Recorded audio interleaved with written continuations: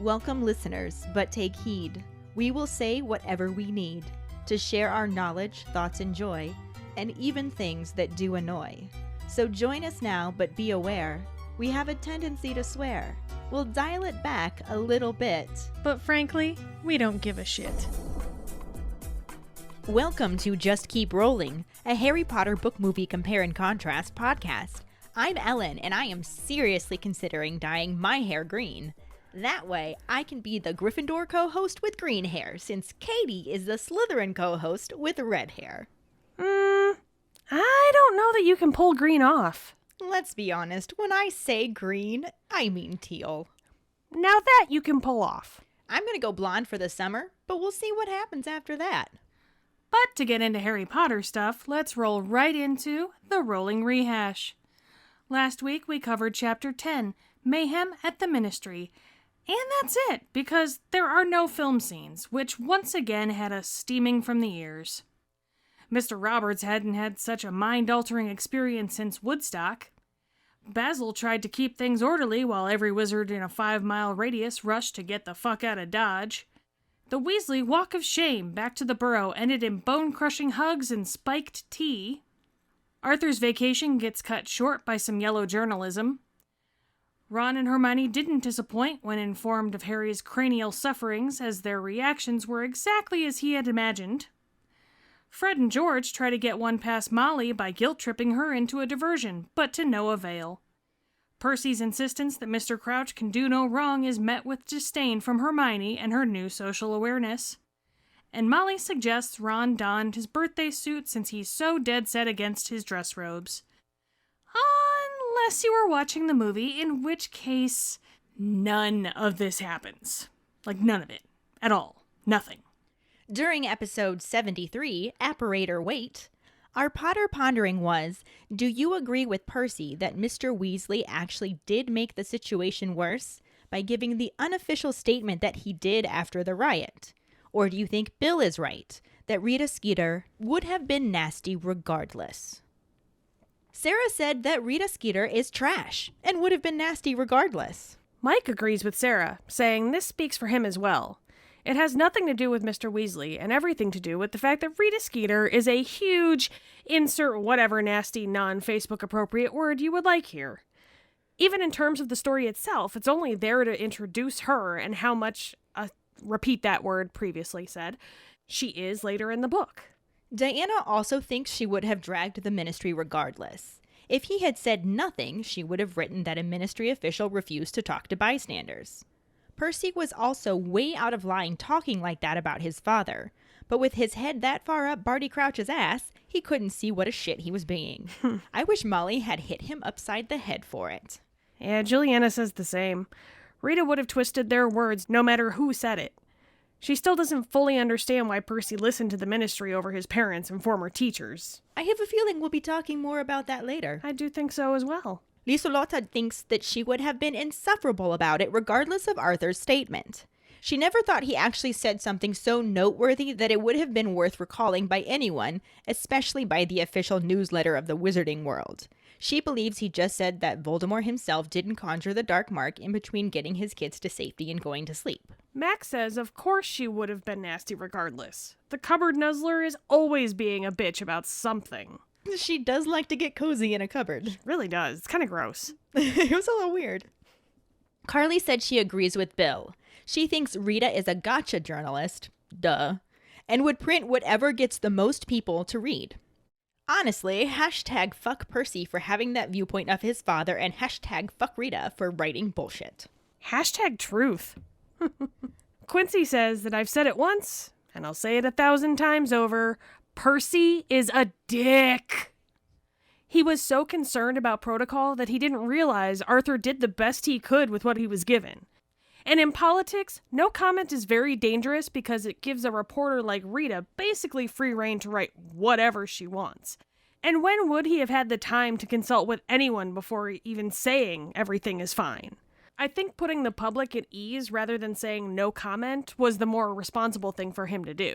Especially since we briefly mentioned last episode that we will eventually find out that Rita Skeeter wasn't just publicly hanging out looking for a statement. Mm-hmm. And we're going to learn more about that later on and talk more about that then.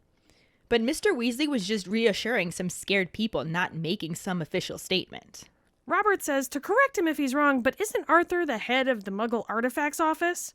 He doesn't need approval to speak to reporters. I know he works for the department, but I don't think he's the head. Yeah. But I still don't know if that means that he would necessarily need permission. Well, exactly. But regardless of that protocol, he wasn't speaking to reporters, so he definitely didn't need approval for that. Yeah, exactly. Robert also adds on that the thing about Rita is she will write whatever she deems publicity worthy that will bring in as much profit as possible. She doesn't give a fuck. She will twist everything said to her, whether or not it's from anyone, like from Arthur to Jesus. I would love to see what she has to say about Jesus. Right? I'm kind of intrigued by that now. An expose on... I'm literally thinking that this needs to be a bonus Potter Pondering. What would Rita Skeeter write about Jesus? Please be creative. Well, you know she'd totally be on Rome's side. So there's that. But Jackson agrees with Robert, and he calls Rita Skeeter a gutter journalist. Speaking as a journalist himself, she's the kind that gives reporters a bad name, the reason why so many people hate the media. So he agrees with Bill that yes, she would make anyone look bad, and it wouldn't matter what Arthur said or didn't say. I think that's neat to have a journalist's perspective on this. Mm-hmm. I like that. Thanks, Jackson. Nicole responded to Jackson by saying Skeeter would report whatever made a good story in her head. She was not a journalist. She was a romance novelist with a byline. I love that description. It is perfect. It really is. We had some great responses and some super in-depth discussions this week, especially on the patron-only page. I love going through and reading all of these. Yeah, you keepers are seriously the best. And just for some extra fun, in the next month or so, we're going to officially have a phone number that you can call to leave your Potter Pondering responses recorded for us. So we can just enter those audio clips instead. It's exciting. We're going to have a Harry Potter tip line. That's going to be so fun. It'll be great. You all hear our voices all the time, so it'll be fun to hear yours too. Mm-hmm. And don't worry, for those of you like Mike and myself who don't like to hear our own voices, you can of course always still post on the page and have us read them as well. I, for one, am really looking forward to hearing people share their own rants. Oh yeah, it'll totally be fun. We will definitely keep you guys posted on that. Our trivia question last week was, what was the supposed intruder at Mad-Eye Moody's house ambushed by? According to Mr. Diggory's head in the fireplace, there was an intruder in Mad-Eye's yard that was ambushed by dustbins that rocketed around, making a lot of noise and firing rubbish everywhere. One was even still animated when the Please Men showed up. I love that he says please men. Please We're Men. going to talk more about that later in the episode. Yeah. But congratulations goes to Mike Riley. Little by little, he's building his streak back up. This is week 2, and he didn't have to share it with Max this time. Nicely done, Mike. Good luck to you and everyone else on the question this week. But for now, let's just keep rolling into Chapter 11, aboard the Hogwarts Express, and the corresponding film scenes that, kind of correspond. Yeah. Chapter 11, aboard the Hogwarts Express. Harry wakes up on the last day of the holidays and gets dressed to head down to breakfast. He, Ron, and the twins reach the landing as Mrs. Weasley calls up the stairs to Arthur about an urgent message from the Ministry. Mr. Weasley squeezes past them wearing his robes backwards, and when Harry and the others enter the kitchen, he sees Mrs. Weasley rummaging for a quill as Mr. Weasley talks to Amos Diggory's head sitting in the fireplace. As Amos tells Arthur about an issue with the Muggle policeman, Mrs. Weasley gets him the quill and ink. Arthur readies them and asks what Mad-Eye said happened, learning that he said he heard an intruder in his yard who was ambushed by dustbins that made a lot of noise and fired rubbish everywhere. Mr. Weasley asks about the intruder, and Mr. Diggory rolls his eyes, saying there is likely a shell-shocked cat wandering around covered in potato peelings. But they are concerned about Mad-Eye Moody's record in the eyes of the improper use of magic department and want him to get off on a lighter charge. Diggory figures he jumped out of bed and began jinxing everything in sight, but it won't be easy to prove since there aren't any casualties. Mr. Weasley finishes taking notes and dashes out of the kitchen. Mr. Diggory's head turns to look at Mrs. Weasley, and he apologizes for bothering them so early, explaining that Arthur is the only one who can get Mad-Eye off and he's supposed to start his new job today. Mr. Weasley tells him never mind and offers him some toast, which he transfers to his mouth with fire tongs. He thanks her and disappears with a small pop. Harry can hear Mr. Weasley calling goodbye to Bill, Charlie, and Percy, and then he returns to the kitchen properly dressed. He tells the boys to have a good term and asks Molly if she will be all right taking the kids to King's Cross. She insists that she will and tells him to go look after Mad-Eye. Mr. Weasley vanishes and Bill and Charlie enter the kitchen. Bill wonders what Mad-Eye is up to now, and Mrs. Weasley explains that someone tried to break into his house last night. George asks if Mad-Eye Moody is that nutter, and his mother cuts him off to say that his father thinks very highly of Mad-Eye. Fred quietly points out that Dad collects plugs, and implies that he's a bit of a nutter as well. Bill states that Moody was a great wizard in his time, and Charlie adds on that he's an old friend of Dumbledore's. Fred points out that Dumbledore isn't exactly normal either, and Harry interrupts to ask who Mad-Eye is. Charlie informs him that he was one of the best Aurors, or Dark Wizard catchers, and half of the cells in Azkaban are full because of him. It's led to him making a lot of enemies and getting really paranoid as he gets older. Bill and Charlie decide they will see everyone off at King's Cross Station, but Percy apologizes and says he needs to get to work, that Mr. Crouch is really starting to rely on him. George reckons he will even know his name soon. Mrs. Weasley uses the telephone in the village post office to order 3 Muggle taxis, saying they weren't able to borrow ministry cars. The taxi drivers do not look thrilled to transport them, especially with an overexcited Pigwidgeon and some of Fred's filibuster fireworks going off, causing Crookshanks to claw up the driver's leg. The journey is uncomfortable, and by the time they make it to the station, they are all severely scratched and relieved to get out of the cabs, even though it is still pouring rain. They cross the barrier to platform 9 3/4 in groups, and then set off to find seats and stow their luggage. They then go back to the platform to say goodbye, and Charlie says that he might be seeing them all sooner than they think. Fred wonders why, and Charlie tells him you'll see, and not to let Percy know he mentioned it, since it's supposed to be classified. This just makes them more curious, but Bill and Charlie won't budge, and then the train whistle blows. They thank Mrs. Weasley and say goodbye, and even she joins in the fun of teasing them about what will be going on at Hogwarts that year. They refuse to tell the kids anything, and the train begins to move. Harry, Ron, and Hermione head back to their compartment, and Ron gets his dress robes out of his trunk to cover Pigwidgeon's cage and muffle his hooting. He mentions that Bagman had wanted to tell them about what's happening at Hogwarts, and is upset that his own mother won't tell them, wondering what it is. Hermione shushes him, and they can hear Draco Malfoy's voice from the compartment next to theirs.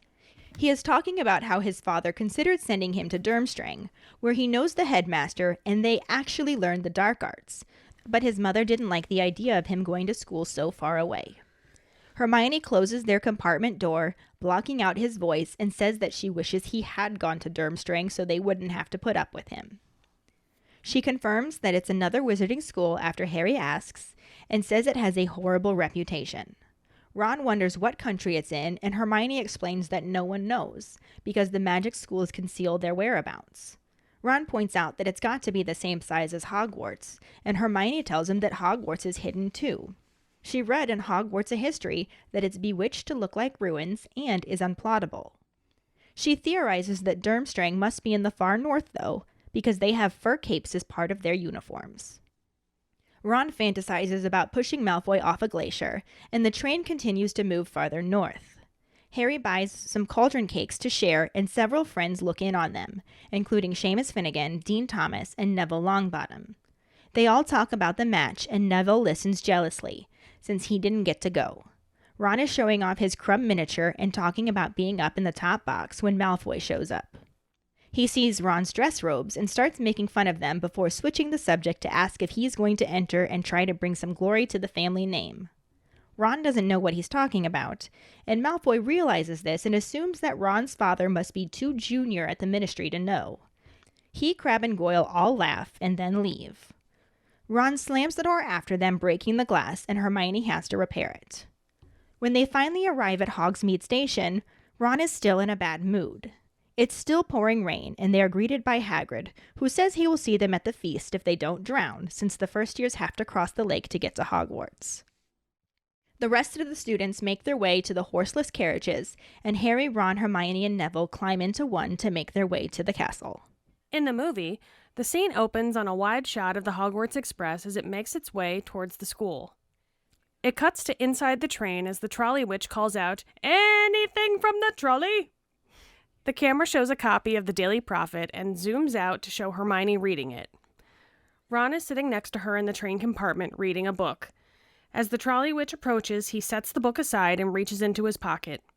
Harry stands up from the seats across from him and Hermione, and he and Ron approach the trolley witch as she offers, "Anything from the trolley?" Ron stands and requests a package of drubles and a licorice wand.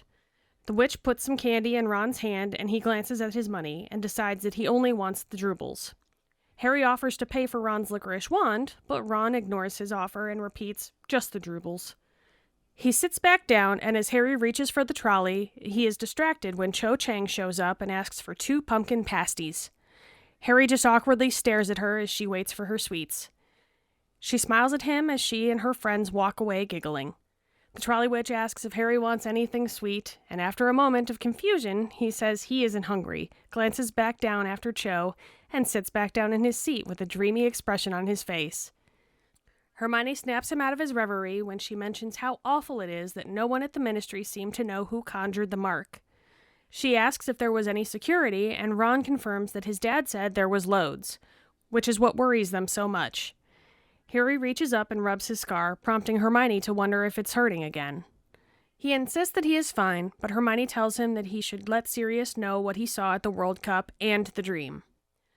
Harry looks out the window and the camera cuts to him writing Sirius Black on an envelope. He gives the letter to Hedwig, who flies out of the train window and over the lake. The scene cuts back to a wide shot of the train driving over a bridge, with the Hogwarts castle in the background. So like we said, there are corresponding film scenes here, but aside from the fact that both sections include a ride on the Hogwarts Express, not that much else is parallel. Yeah. The movie actually basically uses this section to include some of the details that it skipped over earlier, so we'll be talking about those when we get to them, I guess. Yeah. The book chapter starts out at the Weasley house, the morning they are to return to Hogwarts. And the movie actually just transitions straight from the Dark Mark to the Hogwarts train, so to say that we miss out on a bunch of fun little details from the book is really just undercutting it, I think. Just a little. Just a little. Or a lot. Here are some of the details that we missed out on. That morning, rain is falling and the atmosphere is gloomy as Harry dresses. Mrs. Weasley appears at the bottom of the stairs as he, Ron, Fred, and George make their way down for breakfast, and she calls for Mr. Weasley, saying there's an urgent message from the Ministry. Ooh, wonder who it could be. Right? Mr. Weasley rushes past the boys with his robes on backwards. Sure. And I love that detail. Yeah. And when Harry and the others enter the kitchen, he sees Mrs. Weasley is looking for a quill and notices Mr. Diggory's head in the fire. Well, that welcome was quite warm, I would say, wasn't it? See what I did there? Because it's fire. Yes, he received a very warm welcome. And this is neat, too, because we know that we'll see this later on, and we'll talk more about it at that point, but this introduces the concept to Harry and to us as readers. Yes. Before it happens later. So it's kind of a bummer that they didn't include this, but yeah, I get it. The story continued without it. Yeah. We don't get to see how commonly it's used, which kind of bothers me, you know? Yeah, I agree. Especially since it specifically points out that Mr. Diggory doesn't seem bothered by the flames. Yeah. Like his head is in the fire, but it's not hurting him. Yeah. And he's speaking very quickly about muggles hearing bangs and shouting and calling the pleasemen instead of policemen. And I love it. Like it's literally spelled Please-men. Pleasemen. I mean, he's close. But it's so funny because when you think about hearing a word that you've never seen written down. Yeah. There's a lot of words that I couldn't even imagine how they would really be spelled. Mm-hmm. I'm such a visual person. Or like I'll hear a word said many times and then when I finally see it written down, I'm just like, oh, that's what that word is. Yeah. So I get it. I get why. He did pretty well phonetically, I think. Yeah, I would like to think so. Plus, when you kind of think about when the please men are called, it's when someone's in trouble and shouting, please help me. Right. So, I mean, I Totally can works. kind of see that confusion. I like it. Yeah. But Mr. Diggory tells Mr. Weasley that he needs to get there quickly. He had to go into the office early to send owls, and he noticed the improper use of magic folks were leaving. And this is something that Rita Skeeter can't hear about. So yet again, we have another mention of Rita Skeeter. Yeah. Like, they really, in the book, built up just how much a pain in the ass this woman is. Mm-hmm. She gets very little mention in the movie. Mm-hmm. Even once she's on screen in the movie, she gets very little mention as to how much of a bitch she is. Right. Really. It just doesn't come close. Not even a little bit. Yeah. But Mr. Weasley takes the ink, quill, and parchment Mrs. Weasley gives him to take notes and asks what Mad Eye said happened. Mr. Diggory tells him that Mad Eye said he heard an intruder in his yard, but was attacked by his dustbins. Which was also our trivia question. Yep, he was attacked by dustbins. One of which was still going off when the please men arrived. Sorry, I still love please men. I know. This, of course, causes Mr. Weasley to groan and ask about the intruder, but Mr. Diggory rolls his eyes and says it was probably a cat. But with Mad Eye's record, if they can't get him off on a minor charge and the improper use of magic lot gets him, he's done. That's not good. Right. And this whole time we're sitting here just wondering, like, why? This is a great setup. Why is this inclusion of Mad Eye here? Right? We've never heard Mad Eye before. We don't know anything about him. And the fact that it's included means something. So it's kind of a bummer that we didn't get that extra build-up. Yeah, exactly. Mr. Weasley tells Mr. Diggory that exploding dustbins are probably just a caution and asks if Mad Eye used his wand or attacked anyone. Mr. Diggory says he probably jinxed everything he could reach outside his window, but since there's no casualties, it would be very difficult to prove. I mean, and pretty funny to try and prove as well. Right. But I mean, theoretically, they just showed us this. They could have taken his wand, Mad Eye's wand, and done Prior Incantato on it. Mm-hmm. And it would have showed the last curses that he cast. But then, if Mad Eye is smart, he would have just done a bunch of other random magic around the house to, like, super backlog his magic. Yeah, true. I don't know how far back that'll go. Or I don't know if there's a clear cache option on your wand. There's another Potter pondering for us. There we go. How do you think that works? I think that's what we should go with. Yeah. Especially when it sounds so simple. Mm-hmm. Mr. Weasley stuffs his notes into his pocket and heads off. And Mr. Diggory turns to Mrs. Weasley to apologize for the early morning disturbance. But Arthur is the only one who can get Mad Eye out of trouble, and he's supposed to start his new job today. I wonder what his new job is. Right, this all seems so random. Too random to just be random. Huh. Mrs. Weasley says never mind and offers him a piece of toast. She uses the fire tongs to place a piece of buttered toast in his mouth, and with a thanks and a pop, he disappears. I love that image. I really wanted to see Mr. Diggory's head in the fireplace with a piece of toast in his mouth going, French. Right? That little tidbit kills me every time because it's like, wait, so not only can his head appear in the fireplace, but it like you can give something to it. Like, Right, his head is literally there. It's not some apparition. yeah. His head is literally there. Yeah. I love that. There's something about that just makes it seem so much more magical. Mm-hmm. Mr. Weasley calls out goodbyes to Bill, Percy, Charlie, and the girls, and is combing his hair when he reappears in the kitchen with his robes on properly, because at least he fixed that before leaving. Yeah. I wonder if one of the girls told him. Probably. I feel like I could see Ginny doing that while rolling her eyes. Right? Dad. Your Dad. robes are on backwards again. But Mr. Weasley wishes the boys a good term, and then asks Mrs. Weasley if she's okay taking everyone to King's Cross by herself. And she assures him that she's fine and to worry about Mad Eye, not them. Well, yeah, because Mrs. Weasley's a badass. Hell yeah, she is. Hello? Mr. Weasley disapparates in the kitchen, and Bill and Charlie enter. Bill asks what Mad Eye has been up to, and Mrs. Weasley tells him that he says that someone tried to break into his house last night. George asks if they're talking about Mad Eye Moody, and isn't he that nutter? but is cut off by Mrs. Weasley telling him that his father thinks very highly of Mad-Eye. Fred makes a comment about Mr. Weasley collecting plugs and birds of a feather as Mrs. Weasley leaves the kitchen. I love this line so much. Birds of a feather. Birds of a feather. I love it. Some people juggle geese. Right? I'm so upset that this wasn't in the movie. Strictly for this line, if I'm being completely honest. This whole little scene with giving us the heads up on who Mad-Eye is. Mm-hmm. And, I mean, we do find out who he is. We get a tiny fraction of this conversation later. Yeah, but it is not the same in any way, all. shape, or form. No, and not nearly as fun, if we're being honest. Because Bill goes on to say he was a great wizard in his time, and Charlie mentions that he's an old friend of Dumbledore's, which causes Fred to say that Dumbledore isn't exactly normal either. And then Harry asks who Mad-Eye is. Yes, do tell. Who is Mad-Eye? Right. We're all dying to know. Because at this point, that's what we're wondering. Yeah. Charlie says that he used to work in the Ministry of Magic as an Auror, and explains that's a dark wizard catcher in response to Harry's blank expression. Sorry, can I just say I hate the word Auror? I hate it. Auror. I'm never sure that I'm saying it properly. I just say it with confidence. Yeah, well done, but I hate it, so. Not the way you say it or anything. I was tracking. But Charlie continues explaining that a lot of prisoners in Azkaban were put there by Mad-Eye, and he's made a lot of enemies, which has made him quite paranoid in his old age. I mean, that kind of makes sense. Yeah, and I wonder if his paranoia somehow plays a part in this. The fact that they specifically made it a point to tell us this. Because how does the greatest dark wizard catcher get into the situation that he is in? Yes. Which we'll talk more about later. Exactly. But, I mean, come on. Plot hole right there. Yeah. Give us this background information. It makes a lot more sense. Mm-hmm.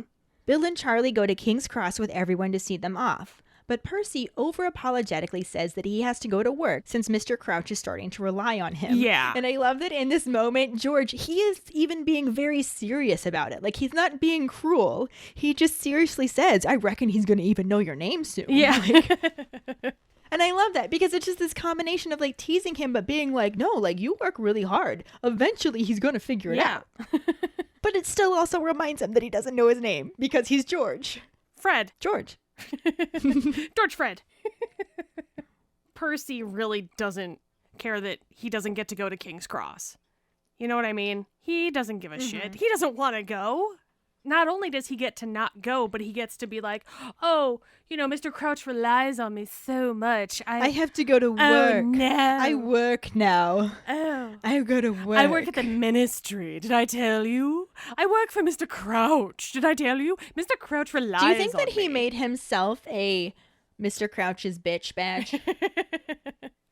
I mean, I think that that's probably what people call him behind his back. They also totally call him Weatherby. Well, that too, yes. It's just a thing.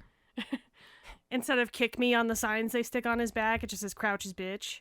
No, I think he made himself a badge. I just don't know that it would say Crouch's bitch. Oh. It's like the badges that they made for Harry and Cedric.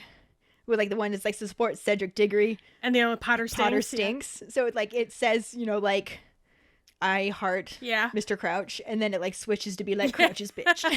Yeah. Ooh. I'm gonna say that would be a gift from Fred and George, and Percy doesn't know that it changes occasionally. Yes. I like it. But anyways, Mr. Weasley tried to borrow ministry cars, but there were none to spare, so Mrs. Weasley has to order Muggle taxis from a phone in the village post office. Because she's badass, yet again. I mean, yeah. Come on. That's pretty brave. Mm-hmm. When the taxis arrive, she remarks that the drivers don't look too happy as they load the trunks in their cars. Harry doesn't tell her that the owls, Filibuster's fabulous wet start no heat fireworks, and Crookshanks crawling up one of their legs are probably why they're less than enthusiastic.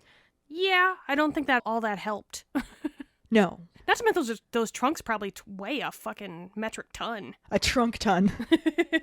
But they do make it to King's Cross Station. And they're very relieved to be out of those taxis because they ended up getting clawed up themselves because Crookshanks never quite recovered from the firework going off. Awesome. And they're actually really glad to get out of the taxis, even though they have to get out of the taxi into this pouring rain. Mm. But they unload their trunks, And Ron, Harry, and Hermione are the first group to pass through the barrier between platforms 9 and 10 and onto platform 9 3/4, where the Hogwarts Express is waiting. So I see we've learned from previous platform 9 3/4 trips. You let Harry and Ron go first. Yes, send them through first. Yes. And I know it wouldn't be that different, but they only really give us the train scene twice.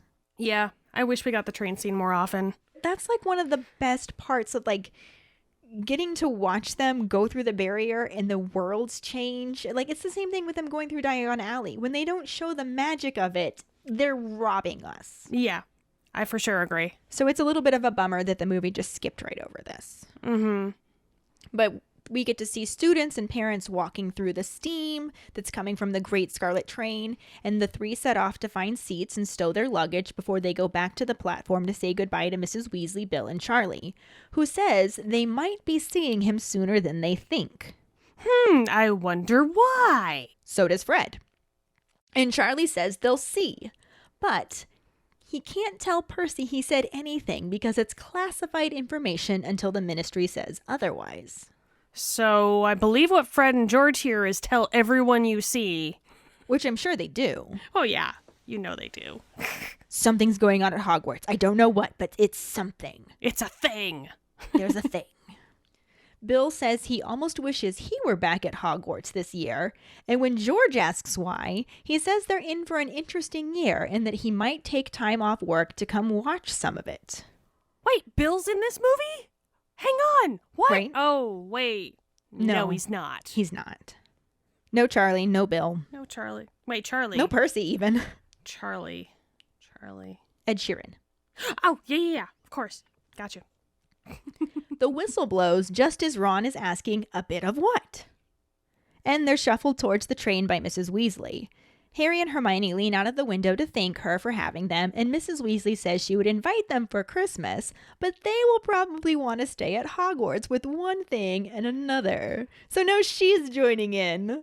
Like, dude. Something is going on. We know something you don't know. Yeah. Neener. I bet they're like wishing they actually would have pushed Percy to tell them all summer. Because Percy was the one who was talking about, oh, very special. He was also never going to tell them. No, of course he wasn't, but they were probably like, man, we could have had so much more fun, like... Trying to trick it out of him. Yeah. Regrets. Ron asks what the three of them know that he, Harry, and Hermione don't, and Mrs. Weasley tells him they will probably find out tonight, and she's just glad they've changed the rules. She's not doing anything to help She's really lessen not. the curiosity here. Just poke the bear a little more. Come on. Uh-huh. She tells them all to behave and smiles and waves as the train begins to pull away, while Fred is shouting out the window wanting to know what she is talking about. I just love that image too. Yeah. Like, could you just see their heads hanging out? Like, what do you mean? What's going on in Hogwarts? What are we doing, you guys? Come on, tell us, please. I love it. I could just see the train pulling away as they're going, tell us. Right. When Harry, Ron, and Hermione make their way to the compartment, Ron complains that Ludo Bagman wanted to tell them what is going on when they were at the World Cup, but his own mother won't tell him. But Ludo Bagman is definitely a lot less trustworthy than Molly, so... Oh, that's what they should have done when they ran into him in the forest. Be like, hey, there's kind of a riot going on, but really quick. What's happening at Hogwarts? So, hey, about that thing you were talking about earlier, remember you brought it up earlier? Let's talk about that now. Yeah, maybe just mention that first and then mention the riot. They totally could have gotten it out of Bagman. Oh, yeah. Bagman would have spilled beans. Easy. So hard. Mm-hmm. But Hermione shushes Ron, and the three stop to listen to the drawling voice of Nazi von Douchebag in the hall, talking about how his father almost sent him to Durmstrang, and he knows the headmaster. He calls Dumbledore a mudblood lover and says Durmstrang doesn't admit that kind of riffraff, and that they actually learned the dark arts there, and not just the defense classes taught at Hogwarts. So we see Draco's growing up and becoming quite an upstanding young man. Mm-hmm. Mm-hmm. The summer's done him something good, and he's really grown to respect his fellow wizards And, oh, wait. Oh, fuck. No, he hasn't. He's still a Nazi von douchebag the second. Never mind. Silly me. And if you were watching the movie, none of this happened at all. Right? But Hermione gets up and slides the door shut and says she wishes Malfoy had gone to Durmstrang instead of Hogwarts so they wouldn't have to deal with him. Which, I mean, yeah, but then how much worse would Malfoy have been? Yeah, but he literally wished her dead. I mean, he would have wished her dead if he went to Durmstrang, too. But he wouldn't have known her. It wouldn't have been personal. I guess. I'm not saying I think he should have gone to Durmstrang. I just can't blame Hermione for wishing that. Yeah. I mean, I agree. I'm just saying we would have missed out on some redemption later on. True. But that's for another book a couple years from now. Yeah, we'll get there eventually. Yes. Harry asks if Durmstrang is another wizarding school, and Hermione tells him that it is, and it has a terrible reputation for putting a lot of focus on the dark arts. When Ron asks what country it's in, Hermione says that there isn't a lot of trust between the magic schools, so they all conceal their locations. That's kind of messed up. Yeah, you'd think they would go for more, like, wizard unity? Yeah. Inter-school magical cooperation. Pen pal programs? Oh. But this shocks Ron, that it's hidden. Because it's got to at least be the size of Hogwarts, and he wonders how a giant castle could be hidden, and then of course Hermione just completely blows his mind, as well as anyone who hasn't read Hogwarts: A History, that Hogwarts is hidden too. Oh! No! Oh wait, I knew that. Never mind. Because I'm not Ron. And I mean, after everything Mr. Weasley said about the Quidditch World Cup Stadium, you would think that Ron wouldn't be that dense, too. I mean, literally, they were able to put charms on a giant stadium and campsite. Multiple campsites, according to the book. Yeah. Why, is it that hard to believe they could do it around a castle, too? Right? The fact that you're able to turn the inside of a tent into like a 3-story grand palace and shit, and yet you think you can't hide a castle?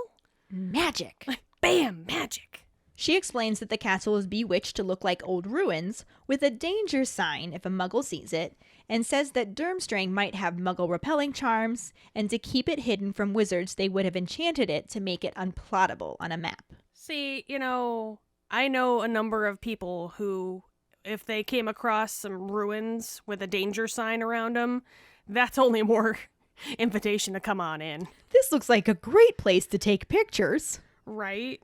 Yeah, I wonder if you get like past a certain point, if you see what's actually there then, or if it remains looking like ruins. I wonder how that works. God, we have a lot of Potter Ponderings. We do. Because we're going to make that one as well. Hermione does theorize that Durmstrang is probably somewhere far north, since their uniforms include fur capes, and Ron muses how easy it would be to push Nazi von douchebag off a glacier and make it look like an accident. I mean, we did already see the fur hat that he wore in Prisoner of Azkaban. Yeah. Maybe he got that on a school tour. Maybe. The rain continues, and Harry buys a large stack of cauldron cakes for them to share when the lunchtime trolley comes by. Meanwhile, in the movie, on the Hogwarts Express, Hermione is reading the newspaper because of course she is, and Ron is reading a book. I didn't know he could read. See what you did there.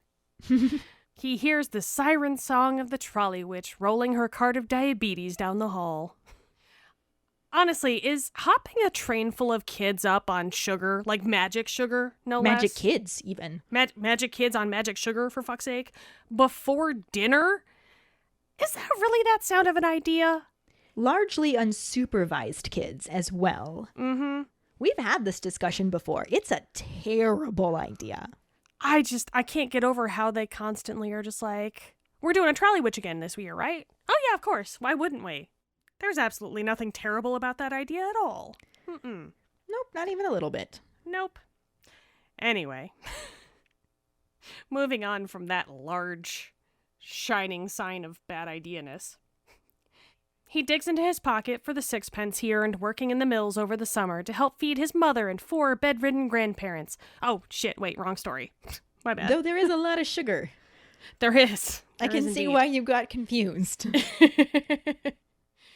Poor Ron can't afford all of his candy, but instead of being a charity case to his best friend, he not so politely side-eyes him and goes back to his book, which I'm sure doesn't have any pictures in it at all. Probably not. No. But in the book, there's no big scene with the food trolley. It's simply mentioned that she stops by and Harry buys those cauldron cakes for him, Ron, and Hermione. So the books do occasionally let Harry treat Ron like a charity case. Nope. The movie makes a bigger thing out of it by having Harry be completely distracted from buying sweets by the arrival of Cho Chang. Cho Chang! But this is one of the scenes that kind of references Harry's tendency to do embarrassing things around Cho, like how he sloshed water all down his front when he tried waving back to her at the campsite. Yeah, Harry uses the trolley cart to hide his awkward boner as the only Asian student in the whole of Hogwarts abruptly awakens his sexuality. It just makes me imagine Harry awkwardly sidestepping with the trolley all the way down the hall to keep his boner hidden. I mean, the trolley witch offers Harry something sweet, but the only sweet thing he wants is that ass. Cho-ching! Cho-ching! Though none of that happened in the book. Instead of giggling girls and awkward boners, we see several people drop in to visit the trio. Seamus Finnegan, Dean Thomas, and Neville Longbottom are among the friends who stop by their compartment as the day passes. Seamus still has his Ireland rosette on, and when the Quidditch talk begins to bore Hermione, she starts to try to learn a summoning charm from her standard book of spells grade 4. So she's not reading the newspaper. No. She's reading a book. They gave her book to Ron for some reason. Which doesn't make any sense. I feel like they should have given him a magazine or something. Like something. I mean, give him the Daily Prophet. There's probably some comics in there or something. I'm just imagining like a magic version of Marmaduke. Garfield. Crookshanks. Crookshanks or Beetle Bailey or like. Yeah. Hell yeah. Hagrid the great. Horrible. But back to the Quidditch talk in the book. Neville complains that his gran wouldn't buy tickets and wishes he could have gone since it sounded amazing. Ron pulls out his miniature figure of Crumb to show Neville and tells him that they even met him because they were in the top box when Nazi von Douchebag II, backed up by Tweedledum and Tweedledummer, interrupts saying it would be his first and last time. Ugh. Fucking Nazi von Douchebag II. He's so cringy. Yeah. Clearly he grew as a person.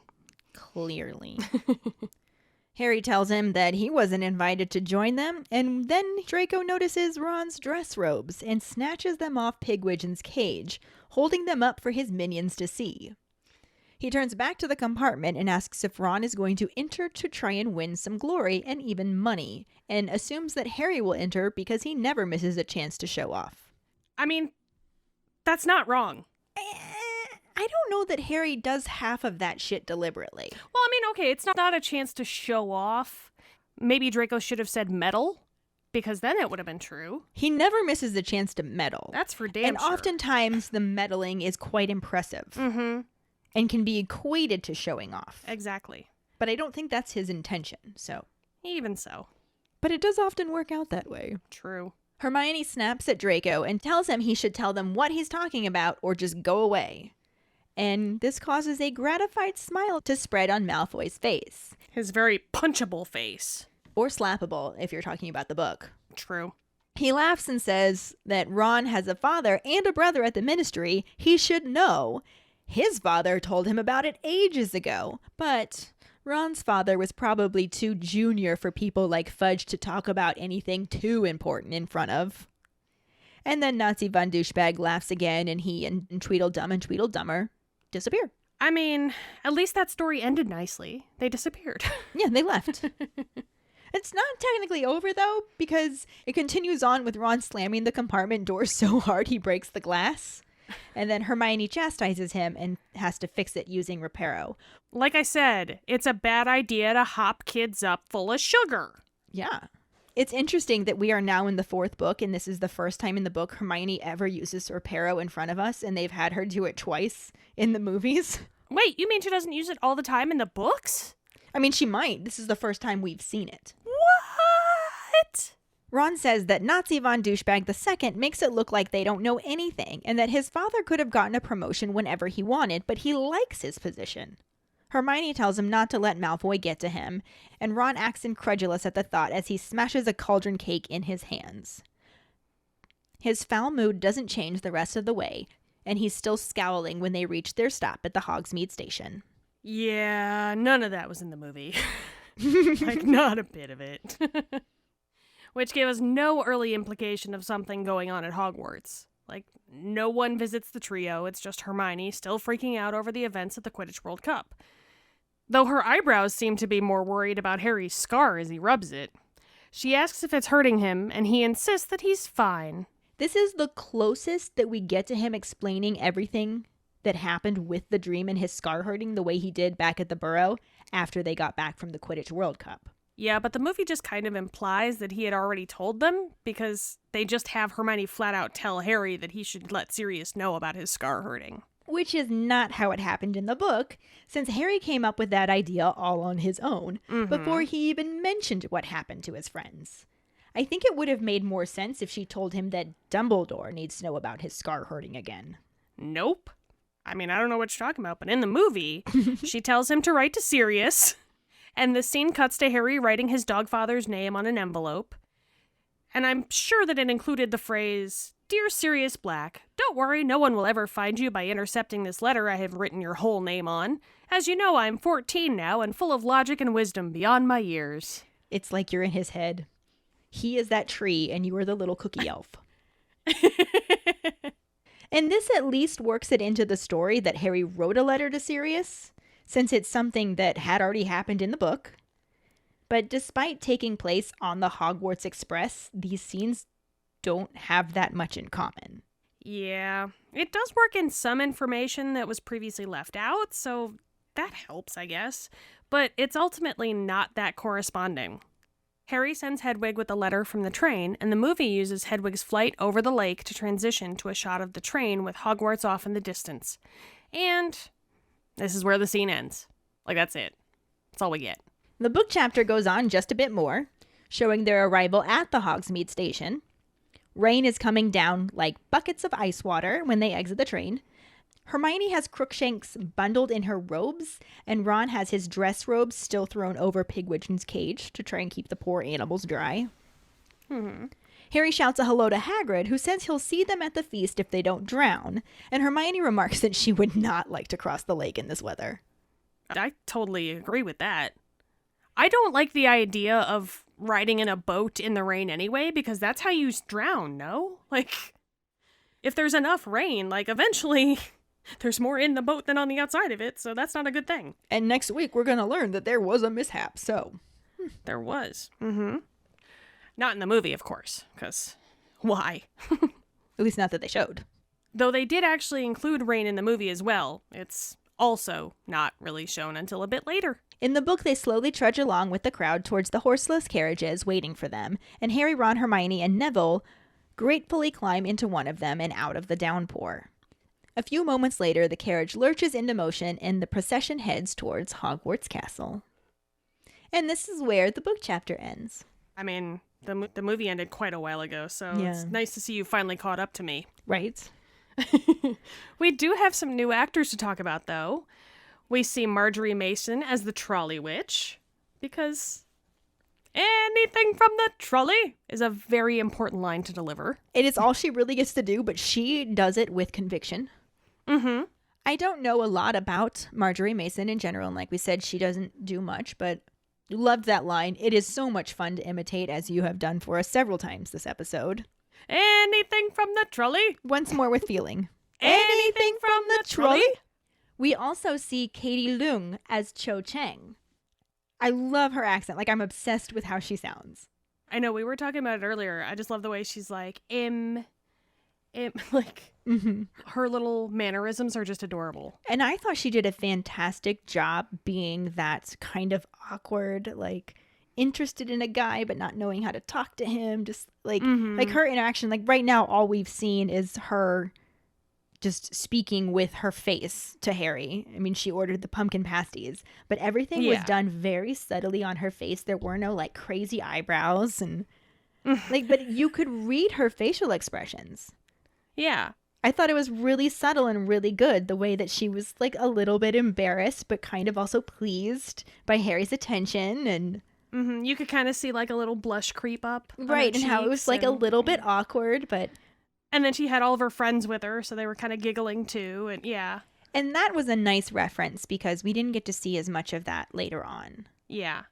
So we'll talk more about that. But yeah, I think was great as Cho Chang, even though Cho Chang herself has other issues than so many issues. But playing Cho Chang, though, she did really well, I have to say. And when she got that role, she was like, Cho Chang! I don't think that she was, Helen. Maybe she was. You don't know. I feel that your headcanon here is important. And I want you to hold on to it as long as you can. Oh, so I'm just going to move on. And this will bring us to our Potter Ponderings. We ended up with a few this time. The first one is, could the Ministry have used Priori Incantatem to investigate Moody's wand to see if he performed magic improperly, or do you think Moody knows a way to clear the evidence? Also, if a muggle ignores the danger ruins sign outside Hogwarts and goes exploring, do you think they would end up thinking they're wandering around actual ruins? Or would they eventually get through the enchantments and find Hogwarts? For realsies. For realsies. And for funsies, what do you think Rita Skeeter would write about Jesus? Go ahead, be creative and blasphemous. Right? We want to hear it. Find the post on our Facebook page and share your thoughts. We really look forward to reading them. This will bring us to our Sorting Hat story, which is from Liza Kate Crockett. She writes, I am a Slytherin. Woohoo! Go Slytherin. I have a tiger shark Patronus. Fucking most badass Patronus ever! That's amazing. I have to say, I have Patronus envy. I would love to see a tiger shark chase down a Dementor. Right? That'd be so awesome. That'd be amazing. That's incredible. You win at Patronus bingo, I have to say. Well done, Liza Kate. Moving on, though. She also has an Elderwood wand without dragon heartstring core. I got into Harry Potter when my dad bought the first book and read it to me when I was little. Aww. The first book I read on my own was the 5th. Before that, it was me and my dad's thing. We would read a chapter each night. I have a Harry Potter half sleeve and dressed up as a Death Eater a few Halloweens back. I love the depth of the Harry Potter universe. I know, me too. Right? That's so awesome that it's something you got to share with your dad. Mm-hmm. I love reading about people who share it with their parents. Mm-hmm. Because I, secretly hope that one day my child will, think that way about Harry Potter. Like, oh, it's me and my mom's thing. Yeah. Aww. Or, my mom is, the coolest Harry Potter nerd ever. I know she will literally never say that, but in my head, it just makes for nice thoughts. She might. We have a podcast. True. Or she might be like, oh my god, my mom is so embarrassing. You guys, That's seriously. Probably far more likely. Yes. It is me, after all. But thank you for sharing your Sorting Hat story with us, Liza Kate. Yeah, thank you. And if any of you other keepers out there listening would like us to read your Sorting Hat story on a future episode, you can email it to us at justkeeprolling@gmail.com. Let us know your house, wand, Patronus, especially if you have a badass tiger shark Patronus. Right? And how you got into Harry Potter, and anything else that you might want to share with us. You can also just message us on social media. And this will bring us to this week's trivia question. Dun dun dun. Which is, what 3 magical beings go into a bar in the joke Dumbledore starts to tell after the feast? The prize for the first one who responds with a correct answer and the code word, #maybe this is not the time, will get a sticker. Another way to get a sticker is to rate and review us through iTunes. If you don't have an Apple account, you can write a recommendation on our Facebook page. Then email us at justkeeprolling@gmail.com to let us know you did, and we will get back to you to figure out which sticker you want and where to send it. Don't forget to find us and follow us on Facebook at JKR Podcast and Twitter and Instagram at Just Keep Rolling. Following us on Podbean at justkeeprolling.podbean.com will get you the episode as early as possible and give you a leg up in answering the trivia question. If you would like to support us as a patron for extra perks, you can go to patreon.com/justkeeprolling. In addition to getting you some extra perks, like Just Keep Rolling swag, patron-only Facebook groups, virtual meetups, bonus content, and more, your patronage also helps us to continue producing this podcast, our cooking show, and bringing more content your way. As always, any support you can give is greatly appreciated. We also want to take a minute to welcome our newest patron, Liselotte Gertenbach. I really hope I got sort of close for you. I think that was a good try. Golf claps. Golf claps. Probably not. Welcome to the Just Keep Rowling family, Liselotte. We are just so happy to have you join us. So happy. Mm-hmm. We are looking forward to getting to know you more through the patron Facebook page. Definitely. And if any of you other keepers out there would like to join us on the patron-only Facebook page, you know where to find us. Also, don't forget to subscribe to our YouTube channel, where we put our weekly podcast episodes, cooking show episodes, monthly blooper reels, vlogs, and other random videos. And join us next week when we talk about Chapter 12, the Triwizard Tournament, and the corresponding film scenes. Thanks for listening. We hope you hear us again. I'm Kayde. I'm Ellen. Until the next time, just keep rolling.